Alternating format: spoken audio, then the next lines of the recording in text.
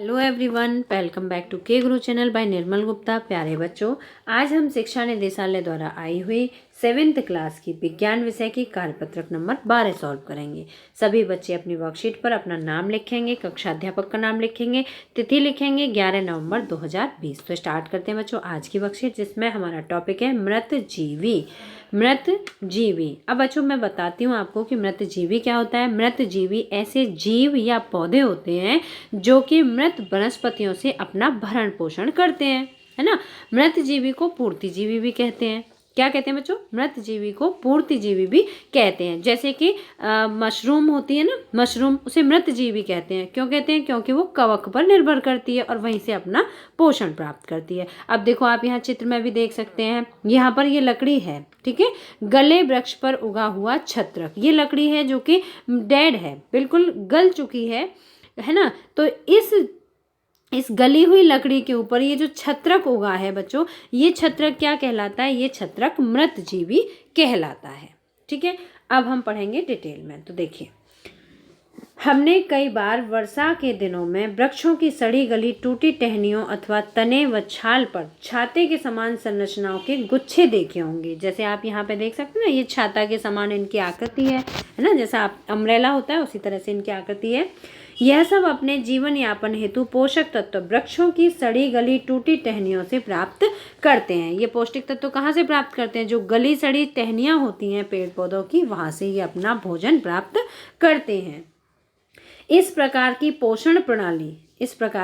पोषण प्रणाली जिसमें जीव किसी मृत एवं विघटित जैविक पदार्थ से पोषक तत्व प्राप्त करते हैं, मृतजीवी पोषण प्रणाली कहलाती है। उसे क्या कहते हैं बच्चों? मृतजीवी पोषण प्रणाली कहते हैं। और मृतजीवी पोषण प्रणाली का उपयोग करने वाले जीव मृतजीवी कहलाते हैं, ठीक है। जो भोजन प्राप्त करने की जो प्रक्रिया है ना, जो पौष्टिक तत्व प्राप्त करने की जो प्रक्रिया है, उसे क्या कहते हैं? मृतजीवी पोषण प्रणाली कहते हैं। और ऐसे जीवों को क्या, ये जो इस प्रकार के पौधे होते हैं, जो प्लांट्स होते हैं, उनको क्या कहते हैं? मृतजीवी कहते हैं। जैसे उदाहरण के लिए कवक, छत्रक, ब्रेड पर उगती कवक। आपने देखा है कभी? ब्रेड जो होती है उसमें हरे हरे से यहाँ पर धब्बे धब्बे से पड़ जाते हैं, तो वो हरे धब्बे क्या होते हैं बच्चों? वो उस पर कवक उगाती है, ठीक है। और यीस्ट, कवक अचार, चमड़े, कपड़े व अन्य पदार्थों पर उगते हैं। बच्चों, जो कवक होती है वो कहाँ पे उगाती है? आपने अचार को देखा है खराब होते हुए? जो अचार खराब हो जाता है तो उसमें सफ़ेद सफ़ेद कलर का फफूंदी टाइप का लग जाता है ना, तो वो क्या होती है? वो कवक होती है। तो कवक अचार, चमड़े पर, चमड़ा भी इसी प्रकार से खराब हो जाता है, गल जाता है, तो उस पर भी कवक उगाती है ना। कपड़े आपने देखे, बहुत सारे कपड़े, कहीं आप कचड़े के ढेर पर पड़ा हुआ कोई कपड़ा देखो तो वहाँ पर आपको कवक वाला कपड़ा जरूर मिल जाएगा, है ना। तो अचार, चमड़े व कपड़े व अन्य पदार्थों पर कवक उगते हैं। कवकों की वृद्धि के लिए वर्षा ऋतु सबसे अच्छी परिस्थितियां प्रदान करती है ना। सबसे अच्छी परिस्थितियां कब मिलती हैं उसे? वर्षा ऋतु में, ठीक है। सामान्यतः कवक के बीजाणु वायु में उपस्थित होते हैं। कवक के बीजाणु कहाँ रहते हैं बच्चों? वायु में रहते हैं। जब वे किसी ऐसे जैव पदार्थ व उत्पाद पर बैठते हैं जो नम एवं उष्ण हो, तो वे अंकुरित होकर नए कवक को जन्म दे देते हैं। जैसे आपने यहाँ पर देखा, एक गली हुई लकड़ी थी, है ना, ये नमी में पड़ी हुई है, ठीक है। ये नमी में पड़ी हुई गली हुई लकड़ी है और जिस पर क्या हुआ? ये अंकुरित होकर कवक जन्म लिया, कवक ने, और इसका पोषण भी हुआ इस लकड़ी से, और ये गुच्छे के रूप में आपको दिखाई दे रही है। अब यहाँ पर देखिए, कवक हमारे लिए उपयोगी भी है। कवक कैसी है? हमारे लिए बहुत उपयोगी भी होती है।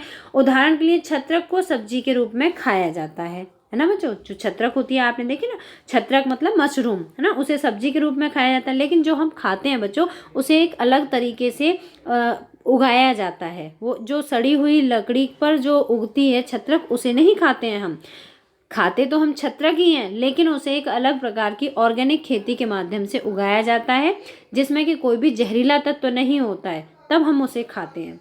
जबकि यीस्ट का प्रयोग अल्कोहल बनाने में किया जाता है। कुछ कवक जैसे कि पेनिसिलिन का उपयोग एंटीबायोटिक पेनिसिलिन नामक औषधि बनाने में किया जाता है। कुछ कवक पादपों, जंतुओं एवं मनुष्यों में रोग उत्पन्न करते हैं। किस प्रकार का रोग? मनुष्य में दाद नामक त्वचा रोग कवक के कारण होता है। तो बच्चों, ये जो कवक होती है हमारे लिए लाभदायक भी होती है, बहुत उपयोगी भी होती है। जैसे हमने देखा छत्रक, ये बहुत उपयोगी है हमारे लिए। सब्जी के रूप में हमेशा प्रयोग करते हैं। यीस्ट के रूप में, यीस्ट जो होती है आपने देखा है जब भी खमीर उठाने के लिए प्रयोग किया था तो थोड़ा सा यीस्ट का प्रयोग करते हैं, है ना। तो यीस्ट जो होती है, और एल्कोहल बनाने में भी प्रयोग होता है यीस्ट का। और कवक का प्रयोग पेंसिलिन बनाने में, पेंसिलिन जो होती है बच्चों वो एक एंटीबायोटिक औषधि होती है, ठीक है, एंटीबायोटिक दवा होती है पेंसिलिन।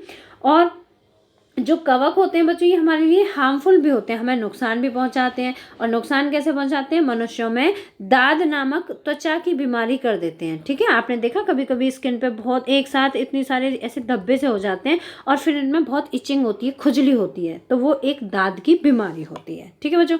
अब देखो यहाँ पर एक गतिविधि दी है, आपको इसे ध्यान से सुनना है, समझना है, फिर करना भी है। ब्रेड का एक टुकड़ा लेकर इसे जल में भिगो लें। यहाँ पर देखिए, यहाँ पर ब्रेड पर उगती कवक, यहाँ पर ये ब्रेड का पीस है, ठीक है, ब्रेड है, ब्रेड की स्लाइस। इसमें आप देख सकते हैं यहाँ पर ये हरे हरे रंग के धब्बे दिखाई दे रहे हैं। तो ये जो धब्बे हैं ये क्या है? ये कवक है। ब्रेड का एक टुकड़ा लेकर इसे जल में भिगो लें। इसे किसी नम एवं उष्ण स्थान पर 2-3 दिन के लिए रख दीजिए अथवा उस समय तक रखा रहने दीजिए जब तक कि उस पर रोए जैसी संरचना ना दिखाई दे। ये रोए जैसी संरचना ही कवक कहलाती है। बच्चों ऐसा ब्रेड तो आप सभी ने देखा होगा, जहाँ तक है अगर ब्रेड घर में बच जाती है और पड़ी रह जाती है तो उस पर हम देखते हैं कि ऐसे हरे हरे धब्बे दिखाई देने लग जाते हैं। तो वो धब्बे क्या होते हैं? वो कवक होती है। अब नेक्स्ट देखिए बच्चों, कुछ जीव एक दूसरे के साथ रहते हैं तथा अपना आवास एवं पोषक तत्व एक दूसरे के साथ बांटते हैं। इसे सहजीवी संबंध कहते हैं। इसे क्या कहते हैं बच्चों? सहजीवी संबंध कहते हैं। सहजीवी, सह मतलब साथ रहना, जीवी मतलब जो जीव एक साथ अपना आवास या पोषक तत्व एक दूसरे के साथ बांटते हैं उसे सहजीवी संबंध कहते हैं। उदाहरण के लिए कुछ कवक वृक्षों की जड़ों में रहते हैं। कवक वृक्षों की जड़ों में रहते हैं। वृक्ष कवक को पोषण प्रदान करते हैं। वृक्ष क्या देते हैं? कवक को पोषण प्रदान करते हैं। पोषण मतलब भोजन प्रदान करते हैं, ठीक है। बदले में उन्हें जल एवं पोषक तत्वों के अवशोषण में सहायता मिलती है। इससे पेड़ों को भी फायदा होता है और कवक को भी। लाइकेन कहे जाने वाले कुछ जीवों में 2 भागीदार होते हैं, है ना बच्चों। जो लाइकेन है, लाइकेन क्या होती है? हरे रंग की काई होती है ना, आपने देखा है पानी के ऊपर जो डल पड़ जाती है। लाइकेन कहे जाने वाले कुछ जीवों में 2 भागीदार होते हैं। इनमें से एक शैवाल होता है और दूसरा कवक होता है। अब 2 भागीदार कौन कौन से हैं? एक शैवाल और दूसरा कवक। शैवाल में क्लोरोफिल उपस्थित होता है। क्लोरोफिल किस में होता है? शैवाल में। जबकि कवक में क्लोरोफिल नहीं होता है। और क्लोरोफिल के कारण जो शैवाल है वो हरे रंग का दिखाई देता है। आपने देखा ना, काई हरे रंग की होती है। कवक शैवाल को रहने का स्थान, जल एवं पोषक तत्व उपलब्ध कराता है तथा बदले में शैवाल प्रकाश संश्लेषण द्वारा संश्लेषित खाद्य कवक को देता है। तो बच्चों मुझे उम्मीद है कि आपको आज की वर्कशीट अच्छी तरह से समझ में आ गई होगी। अब इस वर्कशीट पर आधारित यहाँ पर कुछ प्रश्न दिए हैं तो हम उसे सॉल्व करते हैं। तो देखिए, पहला है देश व देश कवक हमारे लिए उपयोगी है। अभी हमने पढ़ा था तो कौन कौन सी कवक हमारे लिए उपयोगी होती हैं? जैसे कि हमने पढ़ा था छत्रक है ना। तो बच्चों उपयोगी जो कवक होती हैं उसके उदाहरणों में आप यहाँ पे लिख सकते हैं छत्रक, ठीक है। छत्रक जो मशरूम आप खाते हैं सब्जी के रूप में, छत्रक, ठीक है। पहले रेस में छत्रक आ जाएगा और दूसरे में क्या आएगा? मैं यहाँ पर एरो लगा के लिख देती हूँ, यीस्ट, ठीक है। यीस्ट जो खमीर उठाने के काम आता है और जिससे अल्कोहल में भी प्रयोग किया जाता है। छत्रक व यीस्ट कवक हमारे लिए उपयोगी हैं। दूसरा प्रश्न है, चमड़े की वस्तुएं जो लंबे समय तक गर्म और नम मौसम में छोड़ दी जाती हैं वे के कारण खराब हो जाती हैं। वे बच्चों किसके कारण खराब होती हैं? तो किसके कारण खराब हो जाती हैं? वे कवक के कारण, ठीक है।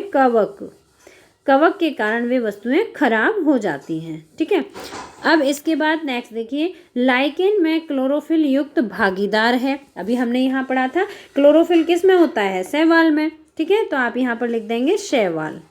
लाइकेन का भागीदार होता है ना, शैवाल और कवक दोनों होते हैं। और क्लोरोफिल किस में होता है? शैवाल में। तो इसका आंसर हो जाएगा शैवाल। सहजीवी संबंध से आप क्या समझते हैं? एक उदाहरण के साथ समझाइए। तो प्रश्न नंबर 4 का आंसर आप यहाँ से लिखेंगे, कुछ जीव, आंसर नंबर 4 है ये, ठीक है। आंसर नंबर 4, कुछ जीव एक दूसरे के साथ रहते हैं तथा अपना आवास एवं पोषक तत्व एक दूसरे के साथ बांटते हैं। इसे सहजीवी संबंध कहते हैं। ठीक है, इसे सहजीवी संबंध कहते हैं। ये हुआ। अब एक उदाहरण के साथ समझाइए, तो आपको उदाहरण लिखना है इसका। ठीक है, तो देखिए उदाहरण आप कैसे समझाएंगे। उदाहरण इसमें दिया हुआ है आपकी वर्कशीट में। तो कुछ कवक वृक्षों की जड़ों में रहते हैं। वृक्ष कवक को पोषण प्रदान करते हैं, बदले में उन्हें जल एवं पोषक के अवशोषण में सहायता मिलती है। तो आप यहाँ से यहाँ तक लिखेंगे। ठीक है, तो ये हमारा उदाहरण हुआ। ठीक है बच्चों, तो उदाहरण कैसे हुआ, सहजीवी संबंध किसका हुआ, कवक का। ठीक है, कवक और वृक्षों का, कवक और वृक्षों का। तो बच्चों इस तरह से आपकी वर्कशीट के प्रश्नोत्तर सभी सॉल्व हुए। 4th प्रश्न का आंसर आप यहाँ से यहाँ तक लिखेंगे। ठीक है, यहाँ से यहाँ तक लिखेंगे।